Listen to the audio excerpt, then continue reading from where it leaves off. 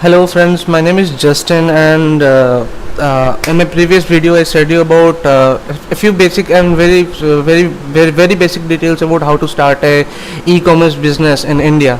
And this video that I am making right now, it will guide you on how to start a e-commerce business in a very brief way, in a very detailed way, so that you can get an idea what it is and how you people are going to work on it. So let's start up with few questionnaires that I have, like what is an e-commerce. Okay, here is the answer for it. E-commerce is basically it's a commercial transaction conducted electronically on the internet. So basically what is it exactly? That's the second question that we have. It's e-commerce is a business. It's a business module where you sell products online. Okay, instead of having a physical store, you sell your products online, and it's very cost effective as compared to having a physical store, and on the maintenance, on the rent, on the electricity, as compared to sitting at your home or getting a space at relatively cheaper price and executing the whole process. So what is the difference between a physical store and an e-commerce online store is that in physical store, a particular set of people get to know you. So let's suppose your shop is based in Lajpat Nagar, Delhi. So people all around Lajpat Nagar would come to know about your business and whatever you sell, but people all over India won't get to know about it. So business opportunity over there would be comparatively very less as compared to e-commerce online shopping, where people all over India, they have the potential to buy your products and see your products, or see the variety of what products you are offering to them. So e-commerce in India is presently, it's like a booming industry right now. In 2010 it was somewhere around, the whole transaction of the e-commerce business was around $4.4 billion, and at the end of 2014 it's somewhere around let's say $14 billion, and it's expected to be $16 billion by the end of 2015. This would be gradually growing to like $50 to $60 billion by the end of 2022. So it's a industry right now, and it's growing at a very higher rate. So that's the future of e-commerce industry in India. Now what is the procedure to start an e-commerce business in India? I have came across a lot of questions like, what is there a particular license to start an e-commerce business? Is there a particular license to start an online shop? How do I go ahead and register myself so that I can do this kind of business or that kind of business online? So let's be very let me tell you very frankly that it's not a very difficult job. Like it's the same normal business that you guys are doing. You need to if it totally depends upon the budget that you have. Okay, if you have very less budget, what you can do is you can sign up as an individual on websites like Amazon, Shop, Clues, Rediff. So these are 4 websites where you can sign up as an individual. In eBay you can sign up as an individual. On Amazon they don't really take individual, but then you need to prove that you are a sole proprietor of your business, and you should have a website. Okay, even if it's under construction, you should have a website, and you should have a professional email ID. If you go to Shop Clues offers this absolutely free of cost, and you can even sign up visual, make your own brand over there. And coming back to Rediff is something like if you don't have a VAT or CST, they charge you 5,000 rupees to register with them, and you can again do business with them. Apart from this, there are websites like Snapdeal, Naptol, Home Shop 18, Flipkart. So over on these websites, let's say Snapdeal, Naptol, or it's Naptol. Yep. So Snapdeal, Naptol, Home Shop, and Flipkart, and there are several other websites like this where you need to have a proper firm. You need to have a proper firm, either a private limited company or a sole proprietorship, or let's say, or a partnership firm, in order to start doing business with them. So basically, if you have funds, if you have, like, let's say if you have 20 to 30,000 rupees as your budget for your office for your business registration, what you can do is you can start off a partnership firm. Okay, if you go ahead and register your companies as a partnership firm, you have to spend somewhere around 30 to 40K on that. If you go ahead and register your firm as a single owner private limited firm, that would cost you somewhere around 40 not 40 15 to 20,000 rupees. And the cheapest and the most suitable way that I find is sole proprietorship or partnership firm. What you can do is you can go ahead to your advocate, you can ask him to draft a deed for a partnership firm. He will draft a deed. Okay, then go to a CA, get it properly registered, stamped and notarized, take it to your CA, ask him to get a PAN card for it. He will register it and he will give you a PAN card. So that's the entire part of registration. That's all that you need to start a business. Okay, so once you have got this PAN card, what you can do is you can apply for VAT and CST in your respective cities that you are based in. It doesn't matter if you are based in Delhi, you can do it. If you are based in Coimbatore, you can do it. It all depends. You should have the feasibility to ship your packages. Okay, you should have the feasibility to you should have good courier services over there, maybe Blue Dart or Flipkart or DTDC. These three are very good, or you can say these three are very good courier service or courier partners, logistics partners, where you with your shipping and all. So if you have this at your city, you can start registering yourself with these companies, and you can apply for VAT, you can apply for CST. So once you have got your VAT and CST, you can start selling on these websites. But make sure that you have all this documentations with you if you are going to sell on websites like Snapdeal, Naptol, Home Shop 18 and Flipkart. So please go through the previous video that I had uploaded. It shows how you can register yourself on websites like Snapdeal and Flipkart. So they do ask for VAT and CST if you have VAT and CST. There are other websites like Jabong and Myntra. Jabong and Myntra, where you also can start selling your products, but then again they need this mandatory documentations that I said you. So if you don't have this much of budget, like you say, like even if like 20K to 30K or 40K, you can go ahead with a firm that I said you, and or you can start selling on eBay, Amazon, ShopClues and Rediff in order to lessen your charges and start immediately.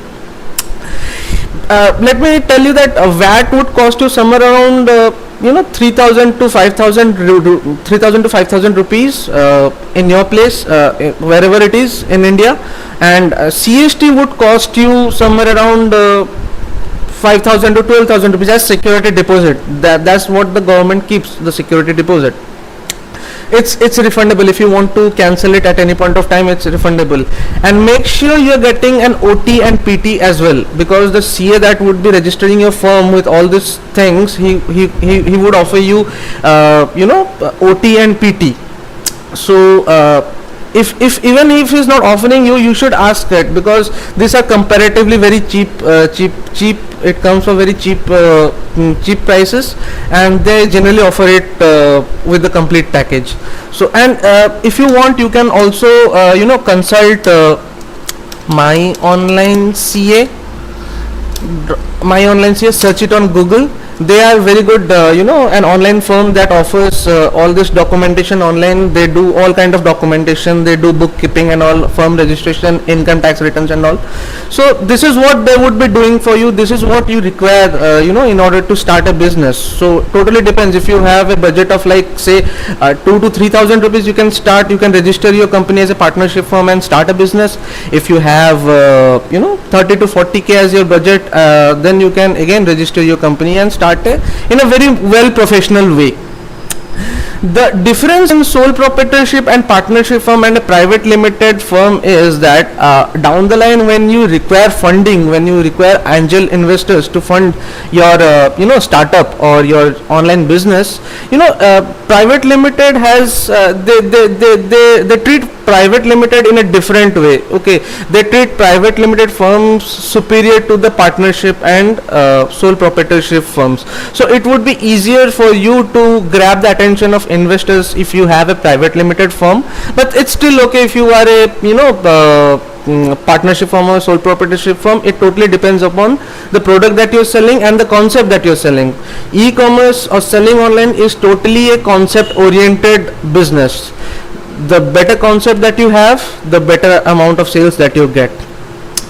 What is the future of e-commerce industry in India? So as I said you earlier, in 2010 the e-commerce industry was somewhere around 4.4 billion dollars in India, and now it's like 2015 it is supposed to touch 2016 billion dollars. Sorry, it's supposed to touch 16 billion dollars.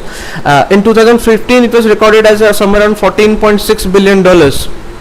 So sorry, 13.6 billion dollars. So you can see in a matter of 10 years the business has multiplied 10 times. So there are also future projections by Economic Times and Times of India and Hindustan Times that by the end of 2022 the business would be somewhere around 54 billion to 60 billion dollars in India. And the risk factor over here is, to be very honest, there is less than 5% of risk that you are going bankrupt or you are not able to sell your products. If you are selling products which are already selling in the market, you have very good potential to succeed in the market.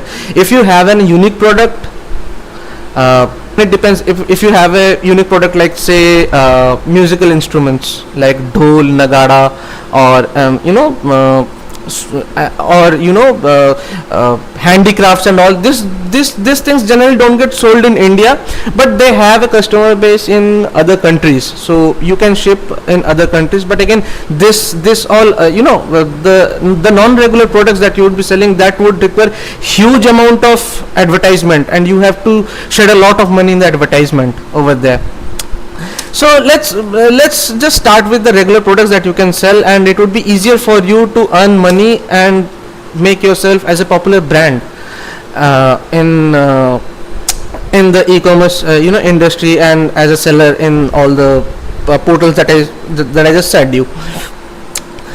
How to sell online? How to sell online is like it's basically very simple thing. It's pretty simple thing. What you can do is, you have to search out websites that takes sellers. eBay takes sellers, Amazon takes sellers, Flipkart, Myntra, Jabong, they all take sellers. What you just need to do is just write down SELLERS, sellers, Amazon, India. You will get a link. This is the link. Click on the link and register yourself. Sellers, eBay, India. Seller fees, eBay Seller Central Home. So Seller Central, you have to just click it, and you know what, yeah, my Amazon has been suspended, my seller account has been suspended because of copyright issues. So anyways, make sure that you don't have copyright issues when you sell products online, because these websites, they ban you, they don't entertain copyrighted products that you are selling to them. So now coming back to the sixth point, who buys online and why. There are almost like many people, the internet traffic is growing day by day. There are almost 30 to 50 million people online. Okay, the most of the traffics are coming from smartphones nowadays, because they have good internet connectivity. Thanks to 3G, they have good speed, so people are getting online more often. And who are exactly the buyers? Buyers are those people who really don't have time for shopping. Like say there is a software executive guy, or there is a manager of a bank. Okay, they work like let's say from 9 a.m. to 6 p.m. or 7 p.m. or sometimes they do work overnight. They get only one day in the whole week, like Sunday, so they prefer to take rest. So what they do is, with e-commerce, it's very easy for them, like when they're at their workplace or when they're traveling back home, they just go online and they buy their products. Okay, so there is a huge base of customers that are purchasing products online. Why? Because they get better deals online. Okay, they don't get shoppers like local shoppers, they do monopoly, but on online they get better deals. If you go to Snapdeal or if you go to Flipkart, if you go to eBay, you get better deals. There would be same product and there would be different prices, so you go for the cheaper one. That is what you do.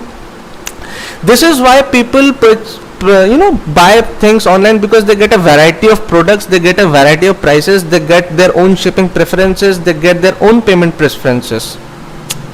The 7th point is risk. Yeah, absolutely, there is no risk at all. Let me be very honest with you. If let's say if you are selling a laptop, okay, let's say you have listed the same laptop on, let's say, on 3 or 4 marketplaces: eBay, Amazon, Shopcluse, Naptol, Snapdeal, Home Shop 18, Flipkart. What happens is, suppose someone is not, there are like millions of people viewing your products every day. Not only your products, there are millions of people viewing the websites every day. They have a huge traffic. So not if it's sold today, it will get sold tomorrow or day after tomorrow, or some point of time it's going to get sold. So your product is not going to stay behind and rot in your godown or something. So it's totally a risk-free business.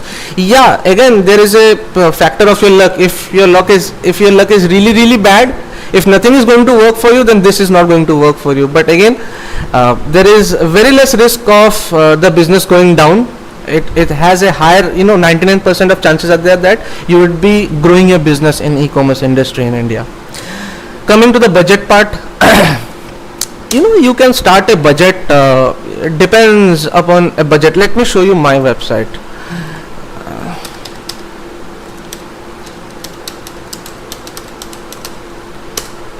See, this is my website, and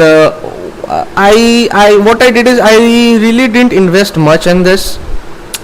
What I did is, this is a B2B portal. What we do is, we cater bulk orders in the sense, see, like let's say, there is a company or there is a college, they are having an event, they need like 100 or 200 or even 1,000 t-shirts. What they do is, they contact us, they place an order in bulk, they pay us in advance, we take their money, we manufacture the product and we ship it to them. So we really don't invest money in buying the stocks. We don't stock it in our godowns. What we do is, we have tie-ups with different factories all over India, and we manufacture it through them, and we ship it through them. So the main part is, I'm not piling up stocks in my godown out here. How much I spent on this website? I spent nearly 35 to 40 grand on this website, including the development and including all the apps that are installed in it, including the SEO and then the web hosting and all.